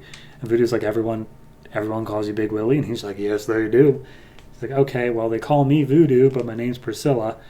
And then they just, they briefly chat like, so why are you going to Alabama? I need to check in with my boss. And he just lays his hand on her knee and she's like, well, don't worry, we're going to get you there. And of course doesn't move the hand. Hours pass and she gets off on the side of the road, and you just see blood stains in the cab, which I'm actually just noticing now. So clearly Big Willie was not long for this world. She makes a walk across this long plain, and then she comes across a service station, and she walks in, and there's a dude in a chair just eating chicken wings with two skinny blonde women on either side of him. And I don't even know how to describe their dynamic, but it's just like sort of a master and slave sort of thing, but not like in a sexual way, just more in a like the one makes this snide comment about Voodoo, and then the fat guy's just like, shut up, ain't none of your concern. But anyway, this guy's basically the contact, and he's like, you're not supposed to be here unless there's an emergency, so why are you here? And Voodoo's like, my identity's been compromised. There were a pair of government agents, but, they didn't follow me. I'm totally safe. And he's like, okay, well, let's see what we can deal with something. So he asked what she learned about them and how she got a mental link, and how apparently how they didn't know, the aliens didn't know how much the humans knew about them. But now they are aware, and how they know that there's an invasion, but they don't quite know who they are yet, and that they know that Voodoo's there to monitor the heroes of the world. They also know her power set. So he's like, well, that's not good, but, we'll deal. And they show how, it's like, look, does your shape-shifting still work? And she real quick shape-shifts, and she's like, that still hurts every time I do. And she's like, look, it's supposed to hurt. We're half human hybrids. We don't have the full capabilities of our species, but we're here so that we're able to transform like that. Anyway, there's a loud boom noise, and then he's like, wait a minute, I thought you said you weren't followed. And Voodoo's like, I'm sure I wasn't. And in through the wall comes an entire train engine, Green Lantern construct, and Kyle's standing there saying, hey guys, so here's the deal. You guys have been sending messages to deep space, and Guardians of the Universe kind of noticed that, so gonna have to stop you. And they're just like, we have no idea what you're talking about. We're just normal people. And he's like, yeah, okay, you really want to play it that way? Dude, we know what we're doing. We are actual space cops. And he's like, I'm telling you, Green Lantern, you got the wrong guy. And then he transforms into this giant beast thing. And he's like, do I look like some kind of space invader to you? And he goes and attacks Kyle. Kyle goes with a punching, or a boxing glove and a jack-in-the-box to knock him out. He looks over to the two blonde girls, and he's like, now, isn't that weird that your boss is from outer space? Surely you knew nothing about that, right? And then they transform into their true forms, where there's these blue, tentacle-looking monsters. He's like, okay, unless you did too. And as Kyle's defending himself from them, Voodoo comes up with a crowbar and just whacks Kyle on the back of the head. And Kyle's like, what? Lady, what are you doing? And she's like, I'm not going to be captured. You're not going to take me. And he's like, okay, hold on. Are you with them? And he just wraps her up in a construct. He's like, you with them? And he's like, all you humans want to do is hurt us and hunt us. We don't want anything. You deserve to be conquered. And Kyle's like, okay, I know a lot of humans can be bad, but not all of us. And so he lets Voodoo go free. He's like, I'm giving you the benefit of the doubt, but you need to tell me what's going on, or else I'm gonna be wrapping you up again. And at that moment, the three other aliens all unleash their weapons on Kyle. And Voodoo, she's told, look, get out of here. We'll handle the Green Lantern. You just got to go and continue on with your mission. We'll deal with him. You're not going to have any more contacts, though. You're going to be completely alone in this. So be safe. Don't fail the cause. And Voodoo, she goes outside. She takes an old muscle car and she starts driving away as the three other aliens hop into what I can only say is an escape pod, like a spaceship that goes up through the roof. And Voodoo remarks how in that moment, Kyle has a choice that he needs to make on which one's the more important one to follow, the spaceship with the three aliens or Voodoo in the car. And they make eye contact for a second, and says he has to make a choice, and he chose wrong as Kyle goes after the spaceship and Voodoo escapes, never to be seen again by Kyle. And as it's exiting the atmosphere, a warp portal opens up, and Kyle's like, no, you're not getting away that easy. And he makes some construct chains, but it doesn't work. They get away, and it goes through the portal, and Kyle's just left standing there like, who are you people? And then we cut back to the diner that I assume we ended issue 2 with. A bunch of people are dead, and there's a man standing next to the woman who was serving Voodoo coffee, and he's like, now tell me who this woman was. And she's like, she had breakfast, she kept to herself, she didn't even give her name, she was hitchhiking, that's all I know. And the man has these glowing blue appendages and tentacles coming out of his mouth saying like, oh, that's a shame, as he kills the woman. It is clearly a Daemonite from the Grifter series that we have been covering. So I guess this is very well tied into Daemonite lore, which I didn't expect. That was 100% a swerve, and I don't know how I feel about it. I did like this issue. I felt it was it was a standalone thing, but it accomplished quite a bit in terms of Voodoo. Like, clearly she would have had some sort of contact or something like that, but now it's establishing no, she is completely alone. Did a good job in explaining why Green Lantern was there. It was just like, yeah, you've been sending signals out to space and we noticed. Like, nothing in here felt too convenient or too crazy. The last page is the only thing that I'm like, what, really? We're going with that? Okay, all right, I guess.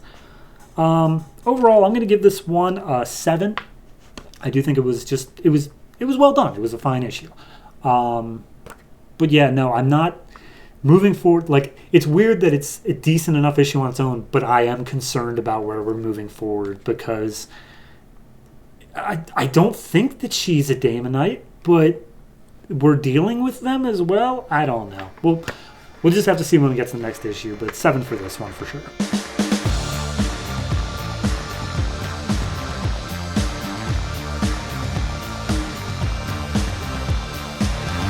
Teen Titans number 3, written by Scott Lobdell, art by Brett Booth. We last left off with Red Robin finding and helping out Skitter, Wonder Girl leaving the team already, and Kid Flash escaping from nowhere and finding a girl screaming for help named Solstice.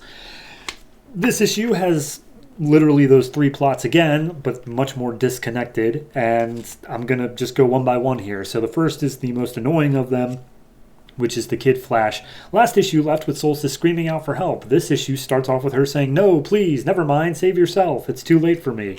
Which I love that consistency between literal subsequent pages. Kid Flash, of course, is like, oh no, I'll save you. And then the most obnoxious to read page ever, where literally it's like number. You have to follow the numbers, connect the dot style, to see this jumbled up mess of Kid Flash running through this complex.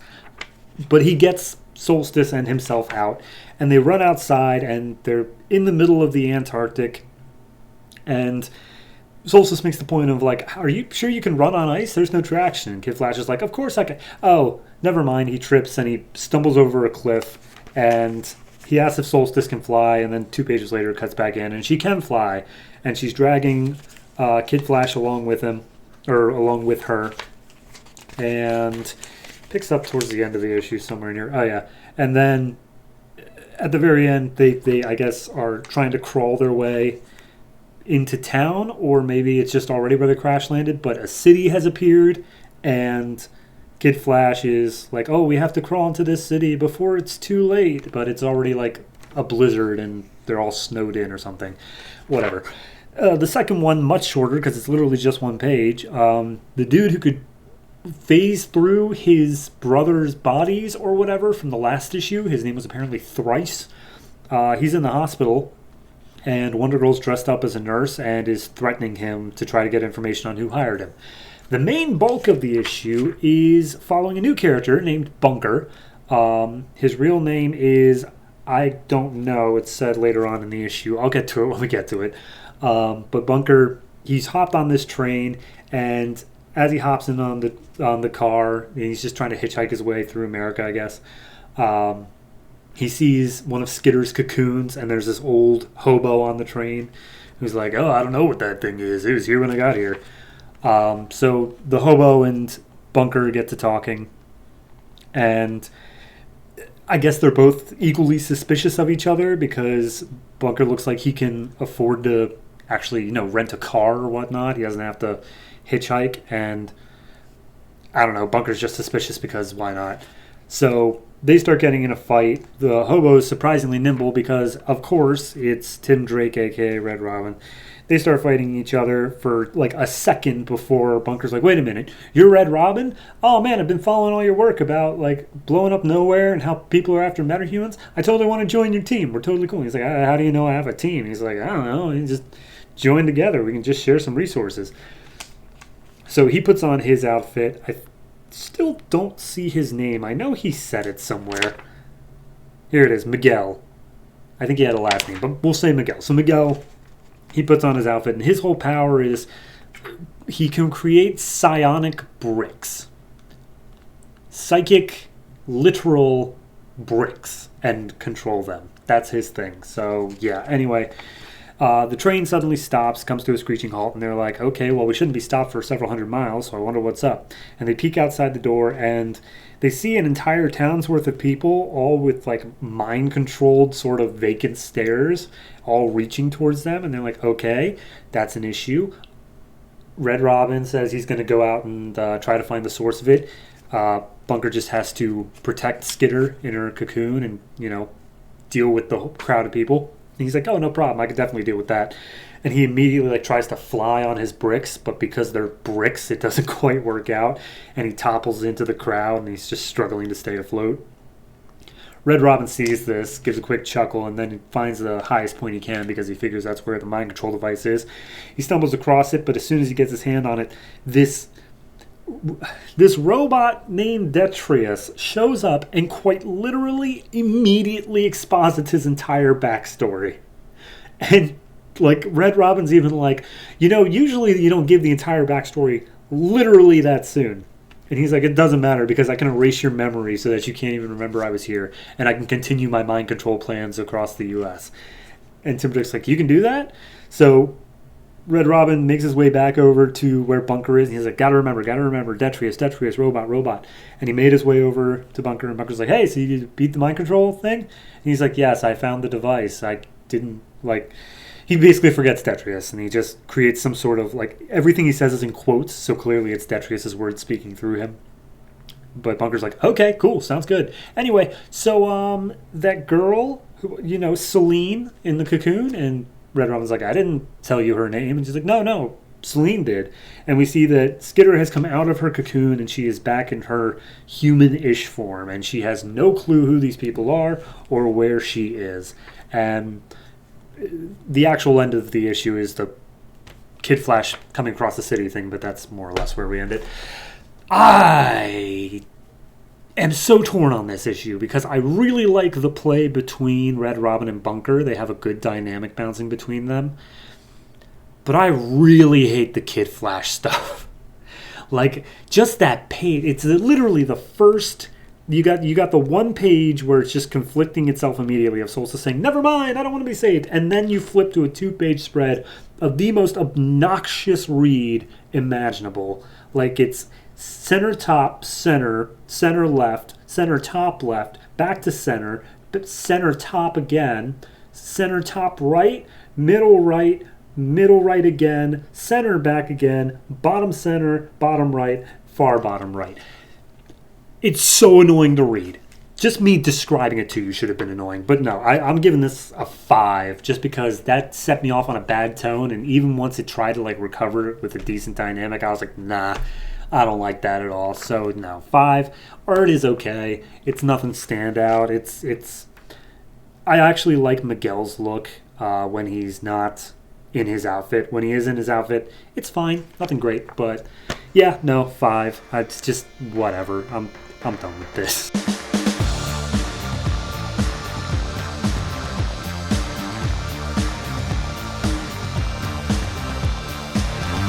I Vampire number 3, written by Joshua Hale Fialkov, art by Andrea Sorrentino. We last left off with Mary putting her plan into motion and going after Andrew. And this issue picks up, I guess, a while after, decently after. we get narration by someone who actually isn't Andrew. The reveal will happen later, but we just see that across 4 different cities, Boston, Star City, Coast City, and LA, there has just been brutal attacks. And the narration says that for a long time, people were victims of this war that they never knew about. But over the last 5 years, there has been a peace. But the peace was always temporary, and now it's finally broken. And we see 18 panels of news anchors of just headlines saying terrorism, people missing, the downtown Boston's deserted, the Justice League is investigating, all this crazy stuff.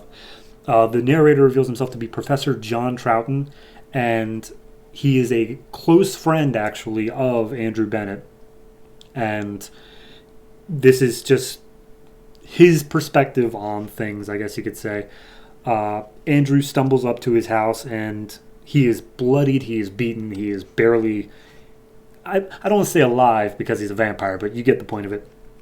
And he needs John to patch him back up.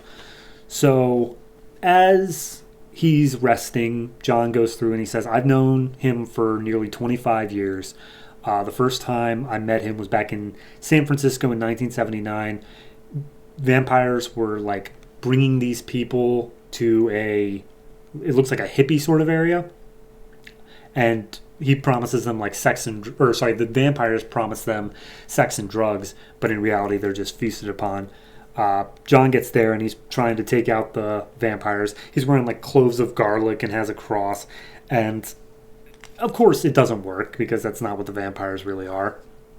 But as the vampire's about to feast on him, Andrew shows up and says, okay, well, that's enough. And he takes out 2 samurai swords and just slashes them to bits. And John now owes him his life, but is just in awe of Andrew and how incredible he is. And he lets one of the vampires get away, I guess, to share what happened. So cutting back to now, Andrew wakes up and he's like, all right, we got to go. And John's like, what do you mean we got to go? And she's like, we have to go stop the vampires. There's only a few hundred tops, and the rest of them won't get turned until the morning. We should be able to deal with that. And John points out, there's a lot more than you think. They attacked 4 different cities. And Andrew realizes that Mary played them, was making an army underneath their noses. He was supposed to have some sort of psychic link to her, but apparently that didn't work out. But he felt their essence during the fight, and he has enough of it to track them. So he's ready to go on the killing spree now. And John is, of course, all in because he went to that place in order to kill vampires back 25 years ago. And I don't know if they said it yet, but Andrew has this sway about him in order to convince people to join him and whatever. But he also just has this aura of being good, something that the other vampires just don't give off. He is a good man underneath it all.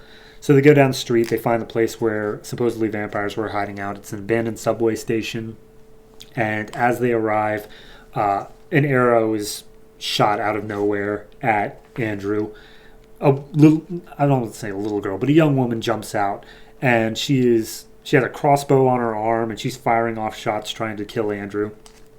Has a holy water Molotov, I guess you would call it, smash it against his face and be like, all right, I got you, vampire. I'm going to take you down dead to rights. And John gets in the way and is like, okay, you need to calm down. This isn't what it seems like. And as Andrew manages to collect himself while this girl is screaming at him, saying how he's a vampire and apparently also a werewolf or something, Andrew gets that sway going on. He's like, look at me. Feel with your heart. You know I'm different. And she's like, okay, yeah, you're different. And apparently this girl also tracked the vampires to this place, but as soon as she arrived, they bolted. So she was just going to wait until some of them came back. And John's impressed that a girl her age managed to do all this, because she definitely is a lot more trained than he was at a lot younger age. So Andrew sticks up for John for a second there, just to throw out how he says how John managed to kill 12 vampires without a stake or an axe. And John's like, I just made like a holy water sprinkling system, that's all. So Andrew's like, all right, so they all are going somewhere. They're going back down to the South Station. Where could they be heading? And we get the name of the girl. Her name is Tig. So that's for the future. Tig hands over the flashlight, and they see a message written on the wall by Mary. It is a picture of the Batman bat, and it says, "See you there, lover." So they are now, all three of them, because Tig is in as well, are on their way to Gotham, and they're going to take out whatever vampires are collecting there. But John, in his narration, says how he did a lot of research in all the years that he's been studying vampires and has been doing this. And there's some stuff he hasn't even let Andrew know. For instance, once a vampire hits like 300 years old, pretty much nothing can kill them. They're more or less immortal. The only way for them to die is for them to willingly choose to die, or to have the person who turned them into a vampire willingly die themselves. So this entire thing could be stopped if Andrew willingly took his own life. Therefore, Mary could be killed himself. And John knows this, and he says, I don't want to do that, but if it comes down to it, I absolutely will. And that's how the issue ends. I love this book so much. I can't believe I slept on this. I looked at it and I was like, vampire, I don't know. Dear God, this is so good. I don't know what I have been rating it, but this is straight up like a 9. I'm just giving it a 9. It's fantastic. This issue just by itself could be completely standalone. You just have to know. In fact, you wouldn't even have to know the previous 2 issues, because it opens up with the fact that people have been slaughtered. You would just get that. This is just a great overall issue. I'm giving this one a 9. And the art, I mean, I can't even begin to say how perfect the art fits every inch of this story. It is so good. It is so good. It has no right to be this good, but it is. Vampire 3, straight 9.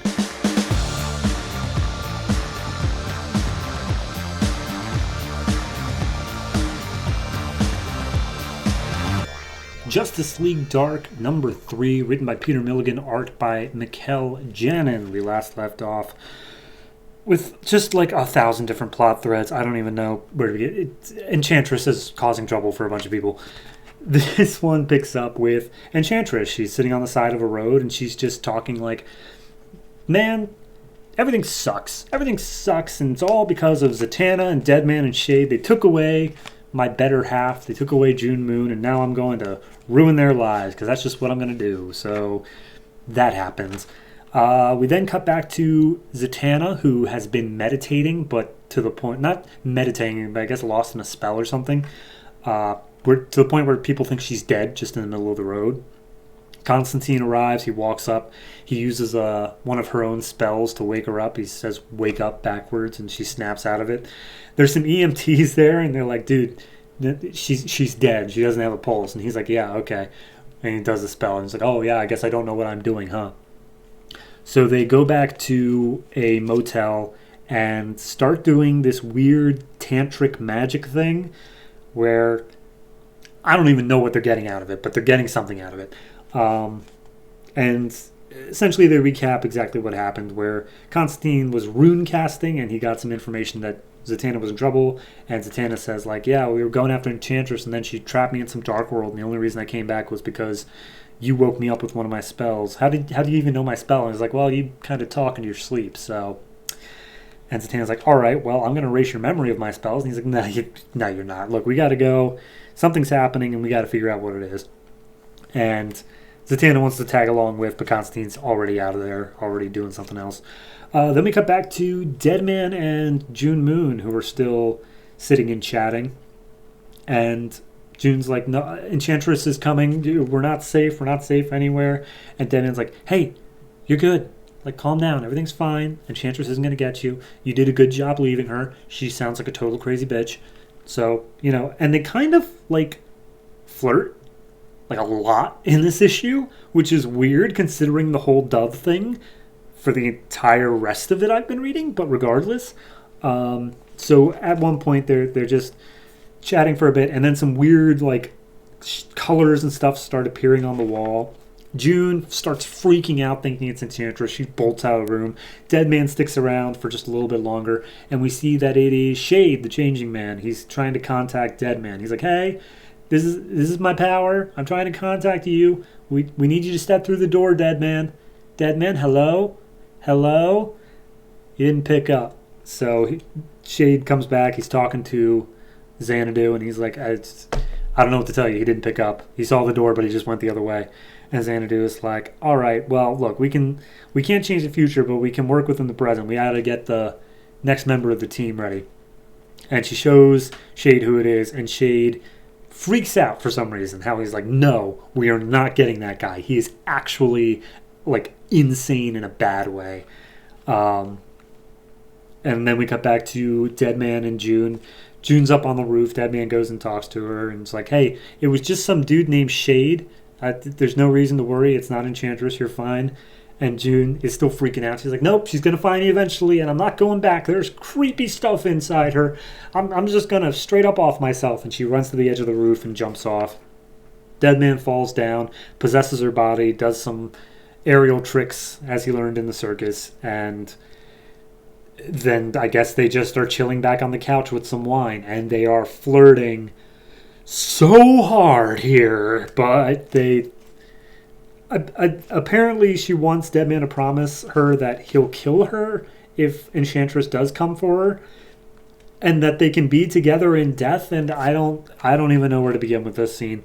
Anyway, we go back to Shade, and he's apparently the person that Xanadu wants is someone named Mind Warp, who we will get to later, but Shade's kind of just going through his own thing right now. He's talking to his own vest, saying how the vest is like, hey, you shouldn't be brooding, because you know what happens when you brood, you get into a dark place. And he's like, shut up, vest. Stuff's tough right now. And the vest makes, I guess, his lover from like the first issue, but she is all sorts of messed up. He's like, no, I'm Kathy.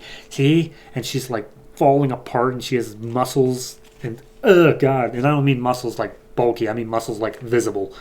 And he's like, oh, if you turn off the lights, you won't know the difference. And I hate this scene so much, but they wanted me to. So he tells her to get off her, and the vision of Kathy disappears, and it's just like a splotch on the ground. And he still hears a pathetic, lonely sobbing, and then he realizes that it isn't her who's crying. I don't even know what to make of this, man. So anyway, Shade then goes to the bar, and he's finally just coming to terms with the fact that he needs to deal with Mind Warp. Constantine's also at the bar. He somehow made it here with a plane and 2 buses to get here.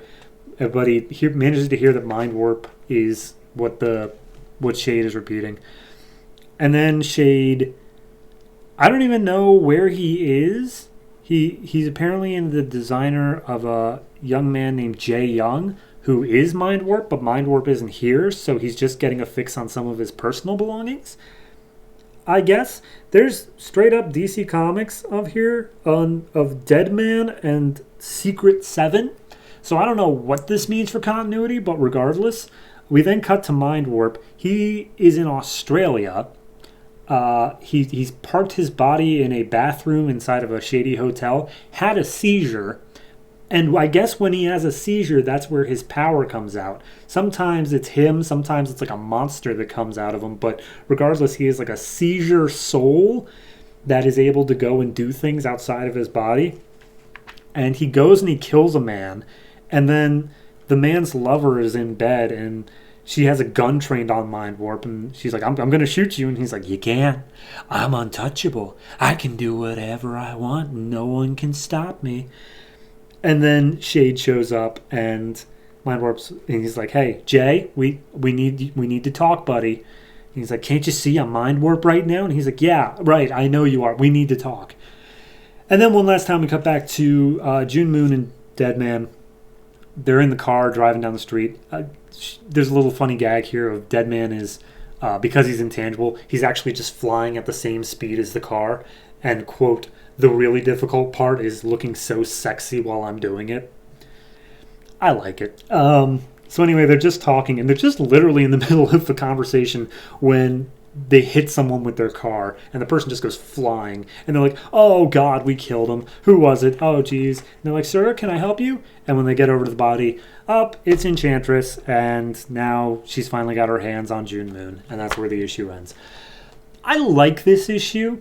I really do. I think that there's a lot of cool parts to it, but it's still in the part of like, have we made any forward progress yet? I feel like Enchantress has. I feel like she has, but in terms of forming the team, I don't feel like we've gone anywhere. If anything, I feel like we're more disjointed. There was no Dove in this whole issue, but she's a member, I think. I don't know. I'm going to go ahead and give it 6.5. It's got some good moments. The art really does elevate a lot of it. I just wish that it would make a little bit more forward progress and not rely on just... And then this weird thing happened. It's like, okay, well, yeah, that's been happening for the past 3 issues now. Let's do something. And plus, we're still introducing new characters like Mind Warp. Like, we have to have the roster soon. So yeah, 6.5. See where it goes from there. But, I mean, I'm liking it.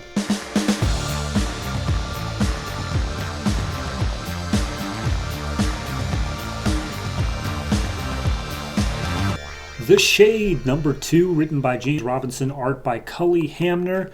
We last left off with the eponymous Shade being completely dismembered by Deathstroke and left for dead in the middle of a park. This issue picks up with Shade being rightly pissed about that and yelling like, Deathstroke, how dare he? By the way, I feel like I need to wear a top hat for reading this entire issue, but I digress. He's just like, how dare that guy. I mean, Deathstroke, he's nothing in the list of things I've seen. And then it's revealed that in actuality, he felt Deathstroke's presence long before Deathstroke ever showed up. He knew that Deathstroke had himself a robotic double or whatever. So he sent his own shadow double, and that's the one that was actually killed. And it turns out he's recounting this whole thing to his girlfriend, whatever you want to call it, Hope. And is like, okay, so... I mean, that's kind of weird, right? How neither of us were in the fight. And she's like, okay, I think literally here, this is the best quote to describe this book. So lots of big words meaning not a whole lot. And normally that's part of your charm.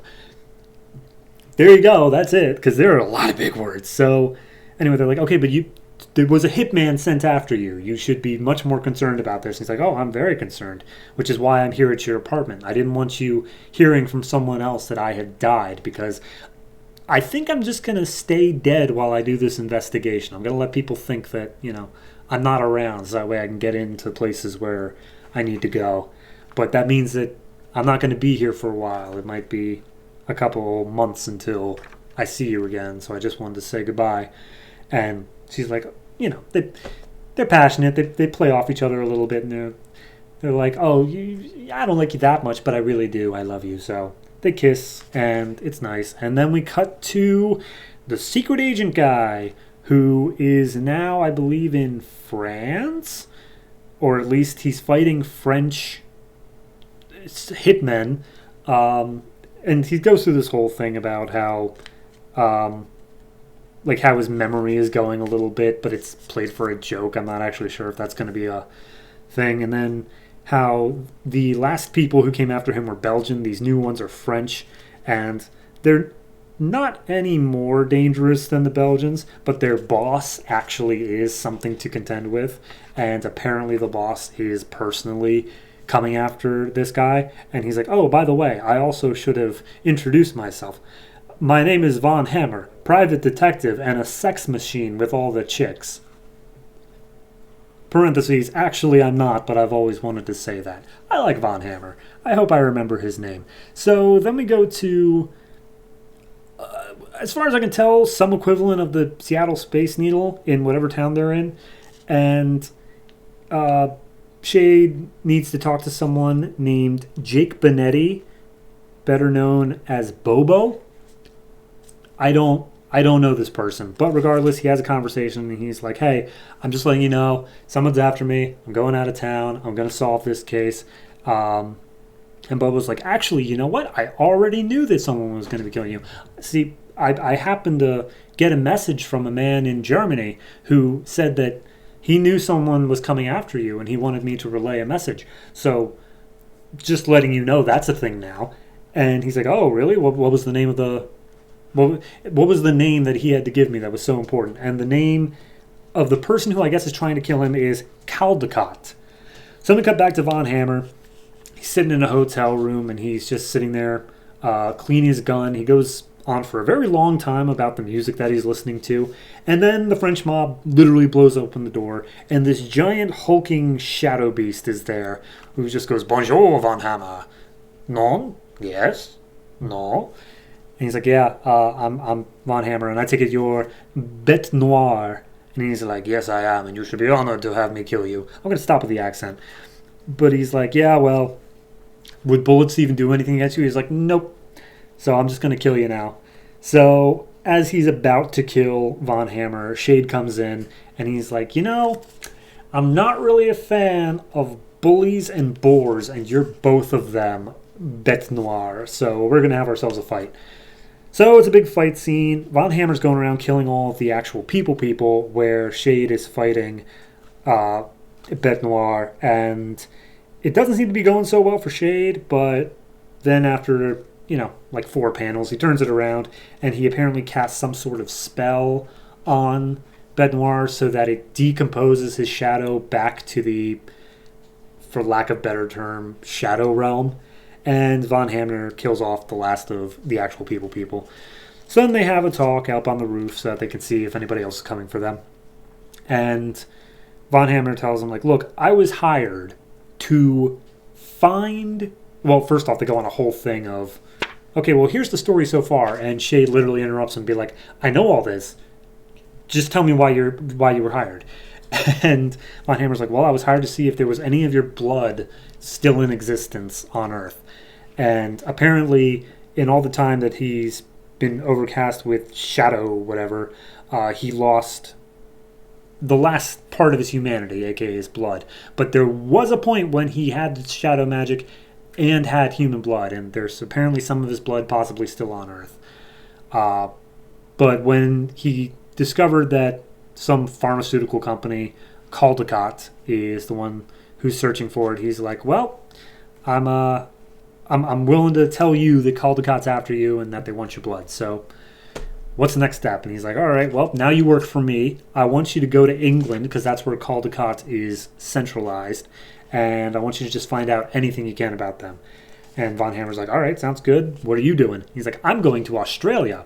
And we get one page of some weird fish demon-looking thing in Australia who says, "He'll be here soon. I sense it. Unavoidable, inevitable, and I will be ready." I don't know who this guy is. I have no clue. But apparently he's necessary to the story. I like this one a lot more than the first one. I still feel like I'm missing stuff, like Bobo. That came out of nowhere. And I feel like there's a bunch of other stuff that I should be aware of going into this, but I'm not. And I don't know how much it's a detriment to the story because of it. Like the Bobo bit, I ended up just accepting. I was like, all right, this is just a character I'm supposed to know, but I don't. And that's fine. It's fine to have those characters, but it's just, I really want to know, would this be much better if I knew anything about Starman, pretty much. Overall, the issue on its own, because you shouldn't have to know prior stuff without going into this series, especially at the beginning of a reboot. I'm going to go ahead and give this one a 7, mainly for the art and the fact that the writing, while really verbose and grand, still manages to keep a good flow to it. Like I can hear the character in my head. He's very pompous and all that, but he has a very clear and distinct voice, and I like that.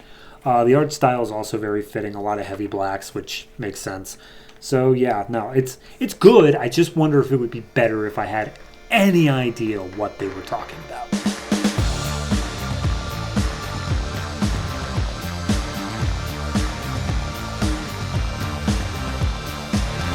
And that's it. That's all the comics that came out from DC Comics this November 23rd, 2011. 14 comics set up, knocked down, and I never ever have to think about them again until next month when I very clearly have to think about them again. And before I move on to anything else, I just want to personally say to all my American listeners, again, have a very happy Thanksgiving. I hope it's filled with love and family and food. And to all the worldwide listeners, happy whatever day you choose to celebrate chasing indigenous people off their lands and pretending like it was for their own good. Have a good one of those. Anyway, let's take a look at what's coming out next week. November 30th, 2011 held such magnificent comics as Legion Secret Origin number 2.